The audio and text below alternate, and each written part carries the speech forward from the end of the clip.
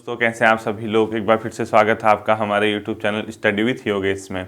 आज आपकी जो रेगुलर क्लास है यानी जो ज्योग्राफी की क्लास आनी थी वो नहीं आ पाई किन्हीं कारणों से, क्योंकि बहुत लोग कह रहे थे सर प्लीज़ एक वीडियो अपर पीसीएस और आरओ एआरओ जो एग्ज़ाम होने वाला है यानी 23 जनवरी जिसकी डेट दी है प्रीलिम्स की, उस पे यानी महाधिवक्ता कार्यालय पे जिसने भी फॉर्म भरा हुआ है उस पे आप एक वीडियो करा दीजिए। तो मैंने सोचा कि कंबाइंडली एक करा देता हूँ। कल आपकी भूगोल की अगली क्लास आएगी और सैटरडे को आपकी हिंदी की क्लास आएगी, और वीक में अगर हम एक क्लास भी हिंदी की चलाएं और वो क्लास लगभग 40 मिनट की अगर हम रखें तो मान के चलिए उस 40 मिनट में आपके एक दो टॉपिक कंप्लीट हो जाएंगे। और हिंदी इतना बड़ा सिलेबस में दिया नहीं है, एनसीईआरटी के हिसाब से ही हम लोग हिंदी को देखेंगे। और जो हिंदी की क्लासेस होगी वो आपकी जितने भी group C UK triple SC exam कराता है, चाहे पुलिस भर्ती हो, पटवारी लेखपाल हो या अदर कोई ग्रुप सी लेवल का एग्जाम हो, तो उसमें सभी एग्जाम में इक्वली क्या होगी, बेनिफिशियल होगी। ठीक, आज की जो वीडियो है इस पे थोड़ा सा हम लोग चर्चा करते हैं अपर पीसीएस के लेकर, फिर उसके बाद आरओ एआरओ को लेकर। ठीक है, पहली बात तो आप सभी से मेरा अनुरोध है, अभी भी शायद 2-4 दिन बचे हुए हैं,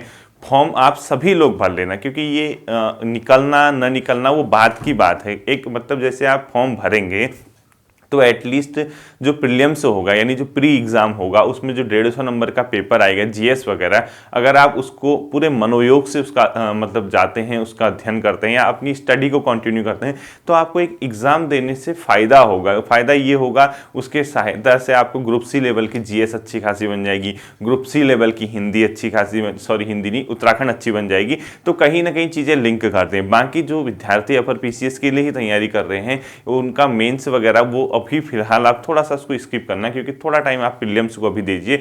जहां से आपको लगने लगा कि यार आपका प्री क्वालिफाई हो जाएगा और आपको लगता है कि प्री आप निकाल सकते हैं, तो आप साथ में कोई ना कोई सब्जेक्ट 1-2 घंटा मेंस का भी लेके चल सकते हैं। ठीक है, क्योंकि मेंस के लिए भी मान के चलिए प्री के बाद कम से कम 8 से 9 महीने आपको मिलने ही मिलने हैं, क्योंकि 2-2.5 महीने में रिजल्ट आएगा, फॉर्म भरवाएगा 4 से 5 महीने, फिर उसके बाद टाइम मिलेगा। तो उसका जो है ज़्यादा टेंशन लेने की ज़रूरत नहीं है। तो सबसे पहले मैं आप लोगों से बताना चाहूँगा, जैसे कई लोगों ने मुझसे ये क्वेश्चन किया कि क्या सर मतलब हम लोग फॉर्म दोबारा भरेंगे जिसने अपर पीसीएस का पहले फॉर्म भर लिया है। सबसे पहली बात इस पे उससे पहले ये कहना है फॉर्म सभी लोग भरिए, और उसमें अभी आप जानते हैं कोई फीस भी नहीं है, फ्री ऑफ कॉस्ट आपका वो फॉर्म भरना है। तो आप लोग कोशिश करना कि उसको आप लोग भरें, और भरने के बाद आप लोगों को क्या है जो भी तैयारी होगी, जैसा भी होगा, जितना भी आप लोग कर सकते हैं उसको जरूर कीजिए, लेकिन फॉर्म जरूर भरना है। ठीक है, एक पेपर 150 नंबर का जीएस का होगा, उसको दे के आओगे। सीसेट का पेपर होगा, सिविल सर्विसेज एप्टीट्यूड टेस्ट का, वो क्वालिफाइंग नेचर का है, उसमें आपको 1/3 मार्क्स लाने हैं, यानी टोटल का 150 नंबर का पेपर है तो 54-55 जितना भी 50 नंबर से ऊपर जितना भी बनना होगा वो आपको लेके आना है। ठीक है, देखिए 150 नंबर के पेपर का मतलब सीधे सीधे 2 पेपर हैं, 150 के और 150 के। पहला पेपर है जीएस का, जिसमें GS plus UK plus current affair plus general science ये क्वेश्चन आएंगे। जबकि जो 150 का सिविल सर्विसेज एप्टीट्यूड टेस्ट है, सीसेट है, ये 150 का है। इसमें कुछ बहुत मैथ रीजनिंग क्वालिफाइंग नेचर का है, कुछ हिंदी प्लस कुछ इंग्लिश के टर्मिनोलॉजी वगैरह, इंग्लिश हल्का फुल्का इस टाइप का आएगा। बहुत मतलब ज़्यादा टफ भी नहीं आता है, वो क्वालिफाइंग नेचर का, इसके मार्क्स नहीं जुड़ते हैं, इसमें से आपकी मेरिट बनती है। और ये मान के चले अपर पीसीएस का पेपर है तो 95 नंबर लाना भी इतना आसान नहीं रहेगा, क्योंकि पेपर अपने आप में स्टैंडर्ड का बनेगा, बहुत हल्का पेपर नहीं बनता है, नाम ही उसका अपर पीसीएस है। आप जानते ही हैं राज्य की सबसे बड़ी सेवा है।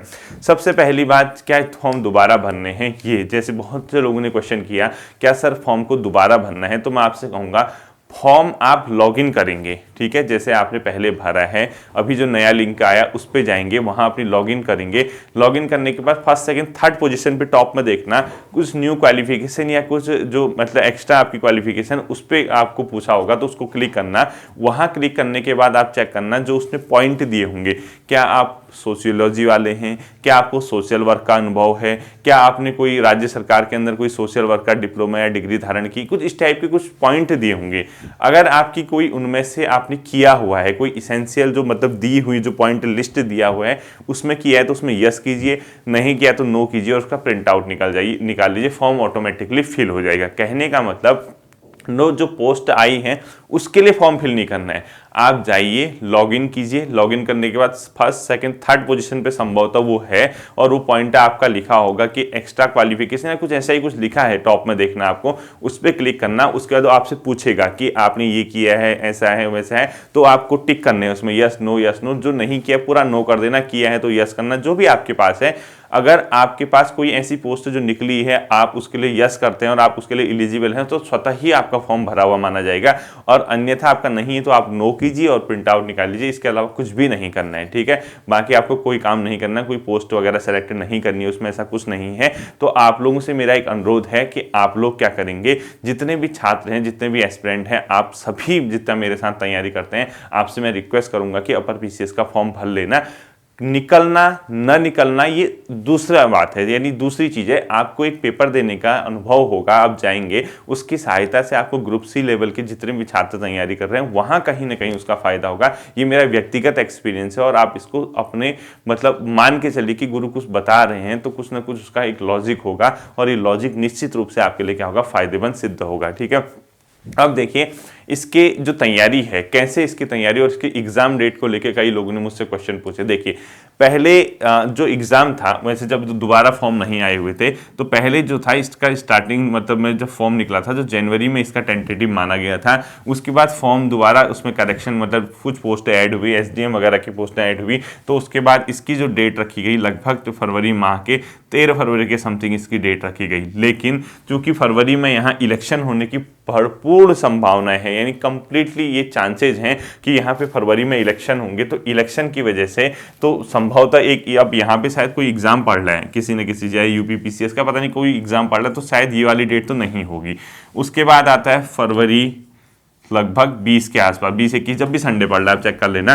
तो यहाँ पे एक थोड़ा सा संभावना लग रही थी कि यहाँ पे मतलब आपका एग्जाम हो सकता है, लेकिन इस डेट के आसपास जो एग्जाम होगा, एग्जाम होने का मतलब क्या है, जैसे यहाँ कहीं अगर आपका एग्जाम होता है तो यहीं कहीं आपके इलेक्शन भी होंगे। अब इलेक्शन होने का ये मतलब है, ऐसा नहीं कि इलेक्शन में आयोग एग्जाम नहीं कराता, ऐसा नहीं होता है, ठीक है। विज्ञप्ति जारी नहीं होती है, एग्जाम हो सकता है, क्योंकि पिछली बार जब 2017 में या कब हुआ था, 16-17 जब भी हुआ था पीसीएस का, 17 में हुआ था शायद, 29 या 30 जनवरी के आसपास इसके प्री का एग्जाम था, किसका, पीसीएस, और 14-15 फरवरी के आसपास इलेक्शन थे, यानी 2 हफ्ते के अंदर उसने एग्जाम करा दिया था। अब यहाँ पे जनवरी तो है नहीं, जनवरी में तो कोई इलेक्शन है मतलब आपका एग्जाम है नहीं, रहता है फरवरी का माह। फरवरी में थोड़ा सा इलेक्शन में इंगेज अगर सरकार रहती, सरकार का मतलब माहौल इलेक्शन का रहेगा, तो बहुत से इसमें क्या प्रॉब्लम आ सकती है। एक तो सेंटर को लेके, क्योंकि जहां पे बूथ बनते हैं, क्योंकि पीसीएस का प्री होगा तो स्वाभाविक सी बात है स्कूलों में ही सेंटर मिलते हैं और कैंडिडेट भी अच्छे खासे होंगे 13 के 13 जिलों में, तो जहां इलेक्शन होते हैं वो बूथ पहले ही कैप्चर हो जाते हैं, यानी वहां पे ड्यूटी लग जाती है, तो वहां मतपत्र वगैरह जो भी होते हैं वो सब चीजें होती हैं, ट्रेनिंग वगैरह होती हैं, तो सेंटर मिलने में थोड़ा सा यहाँ पे समस्या आ सकती है।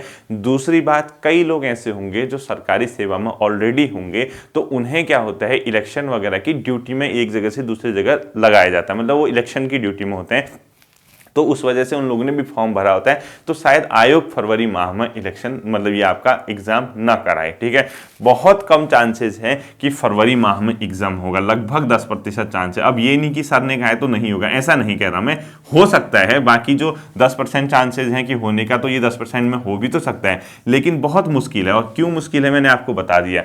उसके बाद मार्च आता है, मार्च का होली का महीना है, रिजल्ट वगैरह है, तो स्टार्टिंग मार्च में नहीं होगा तो फिर एंड मार्च या अप्रैल स्टार्टिंग में, जहां तक मुझे लगता है, ठीक है। अब ये कोई मैं मतलब इसका ज्ञाता नहीं हूं या मैंने जो कह दिया वही मतलब होगा, ऐसा नहीं है। मैंने आपको बता दिया इसके पीछे तर्क क्या है, जनवरी में तो है नहीं, फरवरी में होने ना होने के पीछे तर्क मैंने आपको बता दिया। और उसके बाद अगर इलेक्शन होता है तो रिजल्ट वगैरह आने के टाइम तो ये होगा नहीं, तो बाद में गई एंड मार्च की बात या अप्रैल स्टार्टिंग की बात, यानी कहीं ना कहीं आपके पास अभी 3 महीने के समथिंग इस एग्जाम को लेके हो सकते हैं, वरना 2 ही महीने होंगे, ठीक है। अगर फरवरी में हो जाएगा तो 2 महीने, और फरवरी में चांसेस कितने हैं मैंने आपको ये बता दिया, ठीक। अब आती है इसकी प्रिपरेशन को लेके बात कि सर इसकी तैयारी थोड़ा सा आइडिया दे दीजिए। कई लोगों ने कहा, देखिए फिलहाल के लिए मैं आपसे ये कहूंगा कि मेंस को आप लोग स्किप कीजिए, यानी आपका सर्वाधिक फोकस होना चाहिए जो 150 नंबर का जीएस का पेपर है, यानी जीएस प्लस यूके, और यहाँ जीएस अच्छी खासी आती है, यहाँ जीएस बहुत हल्की नहीं आती है। उत्तराखंड भले ही बहुत ज़्यादा नहीं आएगी क्योंकि उत्तराखंड में अदर स्टेट के भी हैं, और पूरा ही उत्तराखंड पूछ देगा तो अदर स्टेट वालों के लिए थोड़ी सी क्या हो सकती है, समस्या हो सकती है। तो पूरा उत्तराखंड भी नहीं आएगा, लगभग 30-35 क्वेश्चन उत्तराखंड के आएंगे। अधिकांश क्वेश्चन यहाँ जीएस के आते हैं, और जीएस बहुत अपने आप में मतलब जो डेप्थ जिसको आप लोग ऐसे डेप्थ मतलब एक एनसीईआरटी का जो बेसिक अध्ययन है वो आपको पता होना चाहिए, थोड़े फैक्ट आपको अच्छे खासे तैयार होने चाहिए। अब आती है बात इसको तैयार कैसे करें, और ध्यान रखना जो सेकंड पेपर है 150 का सिविल सर्विसेज एप्टीट्यूड टेस्ट वाला, ये तो क्वालिफाइंग नेचर का है, यानी आपको इसको सिर्फ क्वालिफाई करना है और इसके मार्क्स से नहीं जोड़ने हैं, ठीक है। यानी इसके और इसके मार्क्स जोड़ के मेरिट नहीं बननी है, सिर्फ इसके मार्क्स जोड़ के मेरिट बननी है। जितने भी आपके 150 में से मार्क्स आएंगे जो कट ऑफ की रेंज में आएगा उसके यहाँ पे मार्क्स जोड़ेंगे।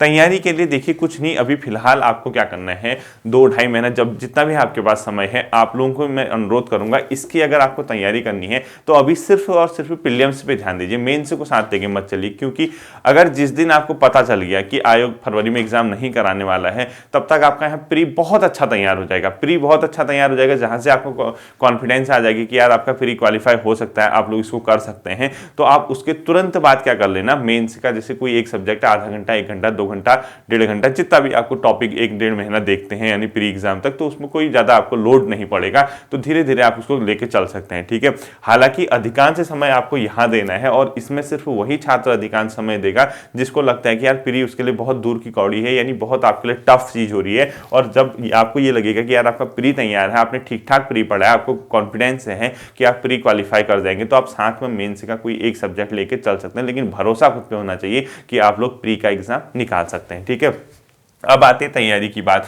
इसमें एक चीज ध्यान देना, करंट अफेयर आपको अच्छी खासी तैयार करनी पड़ेगी, यानी 2021 को तो 21 तो कंप्लीट करना ही करना है, 2021 का करंट अफेयर कंप्लीट करना ही करना है, और 2020 और 2019 के प्रमुख करंट अफेयर, यानी 2020 और 2019 के प्रमुख जो होंगे सारी घटनाएं, नहीं ये तो प्रमुख वाली क्या करनी होंगी आपकी 2020 और 19 की करनी होगी। एक हरनाथ संधू जैसे अभी मिस यूनिवर्स बनी, एक क्वेश्चन तो आपका वही आएगा, देखना, ठीक है। तो इस प्रकार से जो क्वेश्चन है तो आपको ये प्रमुख देखना है, लेकिन यहाँ 2021 की करंट अफेयर अच्छी खासी तैयारी करना। और यहाँ जो करंट अफेयर है मान के चलिए 15 से 20 नंबर के करंट अफेयर के क्वेश्चन होंगे, क्योंकि ये करंट अफेयर वगैरह पीसीएस वगैरह में बहुत ज़्यादा क्या होती है, वैल्यूएबल होती है और बहुत ज़्यादा मायने रखती है, और इसी से आपके क्या आता है क्वेश्चन वगैरह बनते हैं। इसको ध्यान में आपने क्या करना है, रखना है, ठीक है।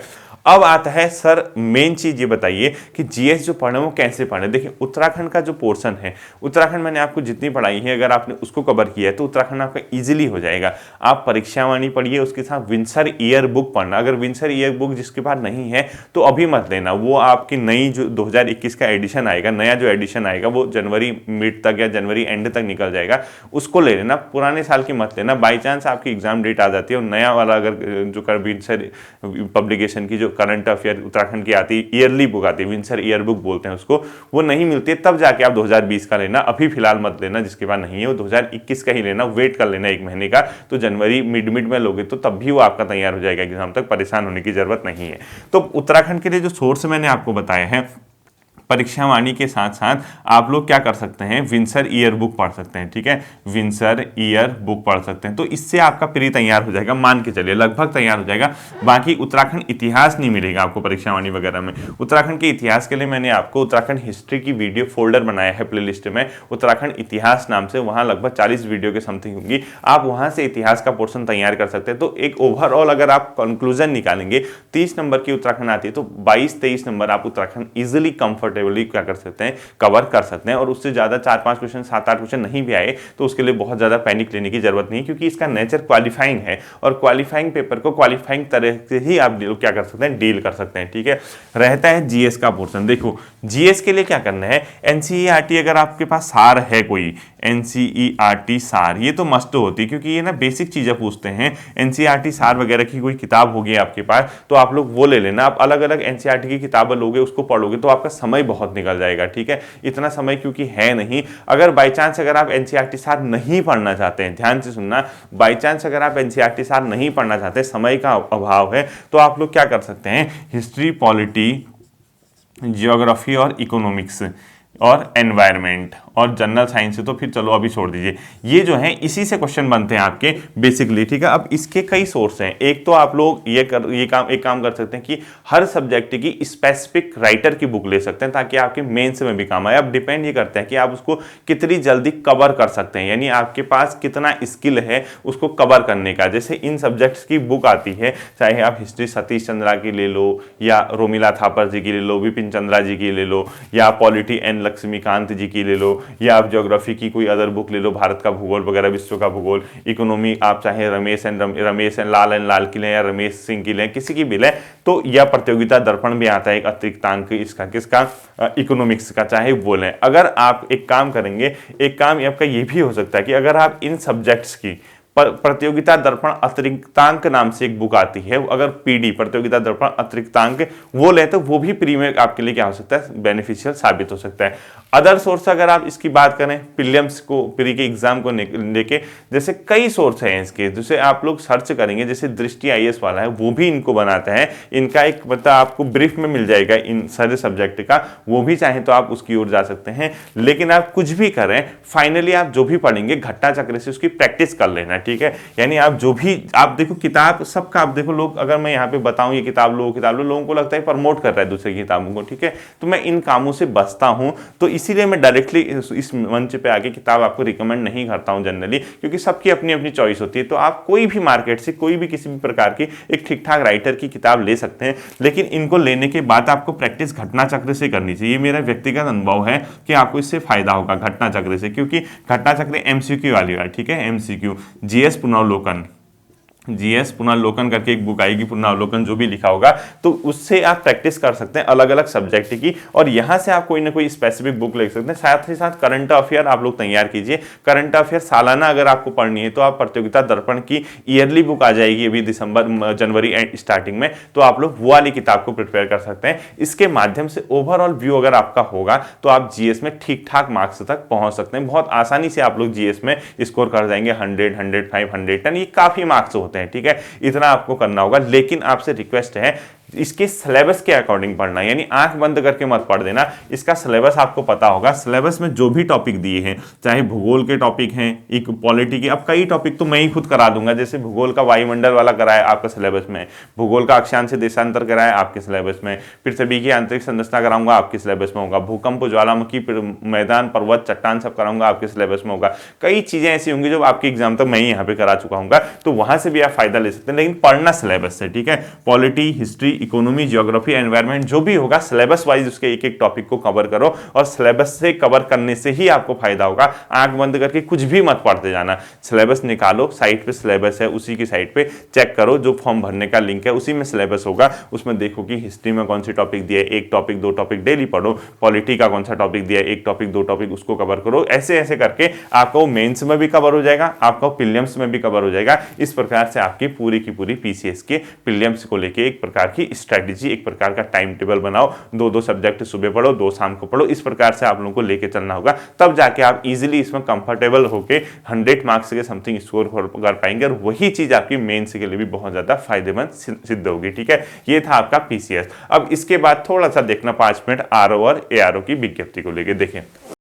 आरओ एआरओ जो एग्जाम की डेट आ गई है, आरओ एआरओ ये है आपकी 23 जनवरी को, 23 ही है ना, हाँ 23 जनवरी को ये एग्जाम होगा। तो अब पहली बात ये सुनना, कई लोग अब क्वेश्चन ये पूछेंगे सर ये आरओ एआरओ की विज्ञप्ति कब आई और जो नहीं आने वाली है वो कब आने वाली है। आरओ एआरओ ये महाधिवक्ता कार्यालय हाईकोर्ट वाली है, ठीक है। ये यहाँ की आरओ एआरओ नहीं है जो सचिवालय और लोक सेवा आयोग के लिए आती है, वो अब आने वाली है। आने वाली का मतलब वो अब तक आ जाती, लेकिन उसमें कुछ क्वेरीज की वजह से अभी थोड़ा सा उस पर वर्क चल रहा है, तुरंत ही उसको भेज दिया जाएगा आयोग को, और जितनी जल्दी भेजा जाएगा उतनी जल्दी उम्मीद करेंगे कि आ जाए, होपफुली कि वो 5 जनवरी से पहले पहले आपकी विज्ञप्ति आउट हो जाए, ठीक है। वो अभी आई नहीं है, उसकी तो तैयारी मैं स्पेशली कराऊंगा, और आप लोगों ने जो मेरे साथ जुड़े हैं वो मेंस का मैंने एक टॉपिक हिंदी का करा भी दिया है, सरकारी पत्र के इसको कहते हैं, इसका प्रारूप क्या है, वही टॉपिक लोअर पीसीएस के मेंस में भी। तो मैं दोनों के मेंस को लेकर चल रहा हूं ताकि आपका हिंदी का पेपर घर बैठे तैयार हो जाए, ठीक है। मेंस में 100 नंबर का है। तो ये है महाधिवक्ता कार्यालय का। अभी तो सिर्फ 1 महीना बचा और कंप्लीट फोकस किस पे करना है, प्री पे। प्री के अलावा आपके पास कोई ऑप्शन नहीं है। और मैंने ये कल सिलेबस, मुझे पता नहीं था ये मतलब इसके सिलेबस के बारे में, और मैंने बहुत ध्यान भी नहीं दिया था, नंबर ऑफ पोस्ट भी बहुत ज़्यादा नहीं थी इसमें। इसका मैंने सिलेबस देखा तो सिलेबस तो बहुत ज़्यादा हार्ड नहीं है और जीएस भी बहुत हार्ड नहीं आती है। उसने क्या दे रखा है, हिस्ट्री, पॉलिटी, ज्योग्राफी। पॉलिटी के अंदर उसने कॉन्स्टिट्यूशन लिखा है, ठीक है, कॉन्स्टिट्यूशन यानी संविधान वाला जो पोर्शन है वो लिखा है उसने। और इसके अलावा शायद उसने इकोनॉमी वगैरह और उत्तराखंड, साथ ही साथ नेशनल इंटरनेशनल करंट अफेयर, ये इस टाइप का कुछ उसने प्री का सिलेबस दिया है। 2 टॉपिकों में लोगों को दिक्कत होती है, लीगल ग्लॉसरी और लीगल हिस्ट्री। इनमें लोगों को क्या होती है, दिक्कत होती है, जो बहुत से मैसेज वगैरह आते हैं। देखिए मैं आपसे कहूँगा थोड़ा सा 1 महीने का आपके पास समय है, थोड़ा शांत मन से काम लीजिए। बहुत होता है 1 महीना, यहाँ नहीं होता। ऊपर से ठंडियों के दिन रातें इतनी लंबी लंबी है कि आप लोग सुबह शाम को 6 बजे बैठेंगे तो 6:30 बजे बैठने बैठेंगे तो 12 बजने तक आपको लगेगा कितना टाइम होगा, कितना रात होगी है। तो ईजिली आपको 5-6 घंटे तो रात को पढ़ने को मिल जाते हैं, ठीक है। तो आप लोग इसको आसानी से कर सकते हैं। करंट अफेयर की सबसे पहले बात करता हूँ। अच्छे खासे क्वेश्चन आएंगे और करंट अफेयर में आपको 10 से 12 क्वेश्चन देखने को मिलेंगे। और 10 से 12 क्वेश्चन, 12 से 13 क्वेश्चन जो आएंगे आपको 2021 का लगभग नवंबर तक कवर करना पड़ेगा, ठीक है। और मैंने इसमें 4 या 5 वीडियो करा दी हैं, यानी नेशनल और इंटरनेशनल करंट अफेयर में प्लेलिस्ट में जाके चेक करना, वहां आपको कुछ वीडियोस करंट अफेयर की मिली हैं। और लगभग मैंने कोशिश की कि जुलाई 2021 तक मैं कवर करवा पाऊं, कर दिया। और इसके बाद अब देखो 2 वीडियो और आएंगे, अगस्त, सितंबर, अक्टूबर और नवंबर, यानी 4 महीनों की करंट अफेयर की वीडियो अब आएगी। और ये वीडियो सभी के लिए, चाहे वो ग्रुप सी की तैयारी कर रहे हो, चाहे वो लोअर पीसीएस अपर पीसीएस की तैयारी कर रहे हो, चाहे वो आरओ एआरओ की तैयारी कर रहे हो, ये जो वीडियोस आएंगी ये सभी के लिए होंगी, ध्यान रखना, ठीक है। नेशनल करंट अफेयर वाली रहा हिस्ट्री, पॉलिटी, ज्योग्राफी पढ़ने का सवाल, वो तो यार जीएस है। अगर आप कभी भी किसी भी एग्जाम की तैयारी कर रहे हैं तो आपने ये तो पढ़ा ही होगा। आप ग्रुप सी भी कर रहे हैं तब भी आपको पढ़ना है। आप समय कम बचा है, देखो 2 चीजें हैं, या तो आप लोग ल्यूसेंट एमसीक्यू वाले कीजिए फटाफट जितनी जल्दी होता है, क्योंकि उतना हार्ड नहीं आएगा जितना आप लोग सोच रहे हैं, ठीक है। उतना हार्ड नहीं आता इसका जीएस वाला पोर्सन। ल्यूसेंट एमसीक्यू को निपटा लीजिए 1 माह के अंदर। नहीं अगर वो कर रहे हैं तो आपके पास घटना चक्र की जो बुक है एमसीक्यू वाली, उसको निपटा लीजिए टॉपिक वाइज। उतना आप लोग करके जाइए, उससे बाहर आपका नहीं पूछता है, उतने से आपका काम बन जाएगा। कौन सा, जीएस वाला पोर्सन। ध्यान से सुनना, जीएस का जो पोर्शन है आप ल्यूसेंट एमसीक्यू कीजिए या घटना चक्र कीजिए। घटना चक्र जीएस पुनर्वलोकन वाली जो आती है उसको कीजिए। उससे 1 माह के अंदर बहुत समय है, आपका काम हो जाएगा। बहुत ज्यादा पैनिक लेने की जरूरत नहीं है, क्वालिफाइंग नेचर के पेपर हैं, ठीक है। और ये प्रीलिम्स और अपनी प्लानिंग के साथ आपको चलना होगा कि आपको क्या इसमें करना है। तो उत्तराखंड इसके बाद उसने अगला टॉपिक दिया है। अब बताइए उत्तराखंड इतने समय से पढ़ रहे हो, कुछ स्पेशल करोगे क्या उत्तराखंड में? कोई नई चीज, नई थ्योरेटिकल चीजें करनी है क्या उत्तराखंड में? एक बेसिक किताब आपके पास होगी, उसको पढ़िए, या मेरी वीडियोस अगर आपने देखी है तो उसके नोट्स जो बना रखे उसको पढ़िए। उत्तराखंड में क्या करोगे बताओ नया पढ़ के? उत्तराखंड जितना पढ़ा है उतना इनफ है। जीएस आपको मैंने बता दिया है कि जीएस का तरीका क्या है। जीएस आपके पास समय नहीं है, तुरंत ल्यूसेंट एमसीक्यू या घटना चक्र वाली क्वेश्चनों को कीजिए, प्रैक्टिस कीजिए, उसी से आपका काम बनने वाला है। बाकी आपने आज तक जो किया हुआ है उसको रिवाइज कीजिए। इसमें क्यों टेंशन ले रहे हो, मेरे समझ में नहीं आ रहा, बताओ। अधिकांश लोग इसमें अटक गए हैं, लोग लीगल ग्लॉसरी और लीगल हिस्ट्री। देखो पहले बात करता हूं लीगल हिस्ट्री की। कल मैंने शाम को एक पीडीएफ भेजी हुई है टेलीग्राम ग्रुप पे। उस पीडीएफ में लीगल हिस्ट्री के टॉपिक दिए हैं, जैसे रेगुलेटिंग एक्ट कब का था, ये कब का था। उस टॉपिक की लिस्ट से ही आपके 2-3 क्वेश्चन बन जाते हैं। वो क्वेश्चन भी आता है कि रेगुलेटिंग एक्ट कब पारित हुआ था, इस एक्ट को कब लाया गया था। वो टॉपिक के नेम से ही डायरेक्ट क्वेश्चन बन जाते हैं। यानी कहने का मतलब 2 पेज की पीडीएफ है, वो पीडीएफ के टॉपिक के नाम अगर आप पढ़ोगे उसी टॉपिक के नेम से आपका क्वेश्चन बन जाएगा। वो ईयर पूछ देगा उसी टॉपिक का, ठीक है। ऐसे आपको लेके चलना है। बाकी थोड़ा थोड़ा जो टॉपिक मैंने भेजे थे टेलीग्राम ग्रुप में, जो लिंक मैंने भेजा था, वो अगर आप लोगों ने देखा होगा, उसके बारे में थोड़ा सा नेट वगैरह में सर्च करके उसको पढ़ लीजिए कि वो क्या था, क्यों लाया गया था। इतना अगर आप करोगे तो लीगल हिस्ट्री आपकी कंप्लीट हो जाएगी। और 1 माह का समय, 1 माह बहुत होता है लीगल हिस्ट्री वाला कवर करने के लिए। ये आता है लीगल ग्लॉसरी। अब इसमें क्या होता है, एक शब्द दिया होगा, जैसे कोई आपको यहां से ले दिया, एक्ट लिख लिया।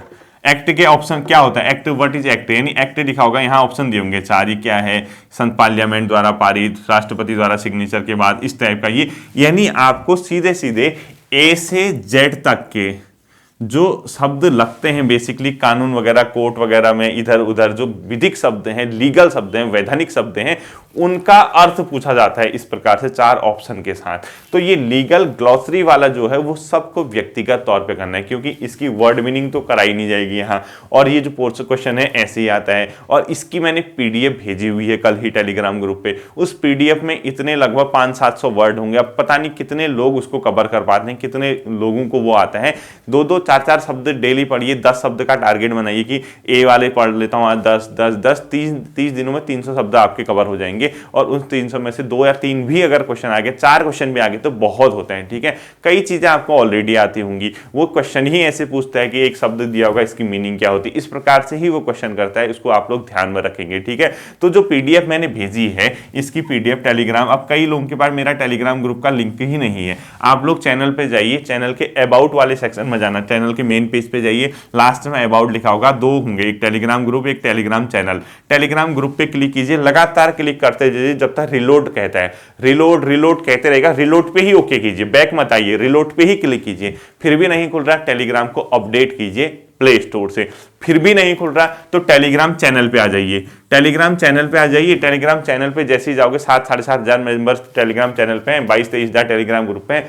टेलीग्राम चैनल पे आइए। आते ही मैं आज क्या करूंगा, टेलीग्राम ग्रुप का लिंक टेलीग्राम चैनल पे डाल दूंगा, वहां से टेलीग्राम ग्रुप को आप लोग क्या कर सकते हैं, ज्वाइन कर सकते हैं। तो ध्यान देना, ये इनकी जो पीडीएफ है, इसको व्यक्तिगत तौर पर इंडिविजुअली खुद ही तैयार करना होगा हर स्टूडेंट को। और मैंने बता दिया कि इसको कैसे क्वेश्चन पूछा जाता है, क्या किया जाता है, दोनों पीडीएफ पढ़ लेना। और बाकी जो ये पोर्शन रहा है जीएस वगैरह, इसको बता दिया कि कैसे तैयार करना है। उत्तराखंड वगैरह इसका पोर्शन आप लोग इतने समय से पढ़ रहे हैं। अब मेरे समझ में ये नहीं आता कि आप लोगों ने क्यों मुझसे ये कहा कि सर आरओ जो महाधिवक्ता वाला है, कार्यालय वाला, इस पे आप लोग एक वीडियो बना दीजिए, इसको समझा दीजिए। इसमें समझाने लायक क्या था बताइए। एक तो मैं तो इसको मानता हूं, ये आपको समझाने लायक था कि इसमें क्या करना है, लेकिन इसका क्या होगा बताओ। जीएस तो आप पढ़ ही रहे हैं। अब एक क्वेश्चन आया था कल, किसी ने पॉलिटी टॉपिक टेलीग्राम पे आया था, पॉलिटी उसने लिखा नहीं है, कॉन्स्टिट्यूशन लिखा है। क्या पॉलिटी नहीं आएगी? देखो, पॉलिटी होती है राज्य व्यवस्था। राज्य व्यवस्था का डायरेक्ट क्वेश्चन राजनीतिक दल ये वो ऐसा नहीं है, लेकिन कॉन्स्टिट्यूशन वाला आएगा। कॉन्स्टिट्यूशन वाला direct principle of the state क्या होते हैं, fundamental duties, fundamental right, president, prime minister, इसके अलावा बजट वगैरह, या आपका मनी बिल, फाइनेंस बिल, और इसके अलावा हाई कोर्ट, सुप्रीम कोर्ट,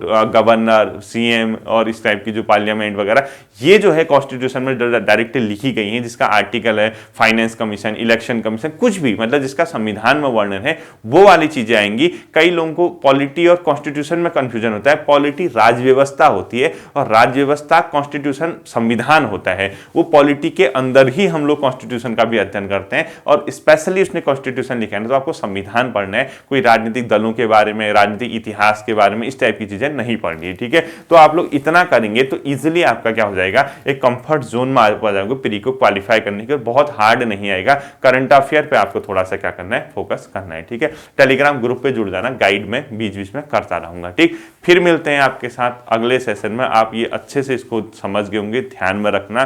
फिर मिलूंगा आपके साथ अगले सेशन में। Thank you.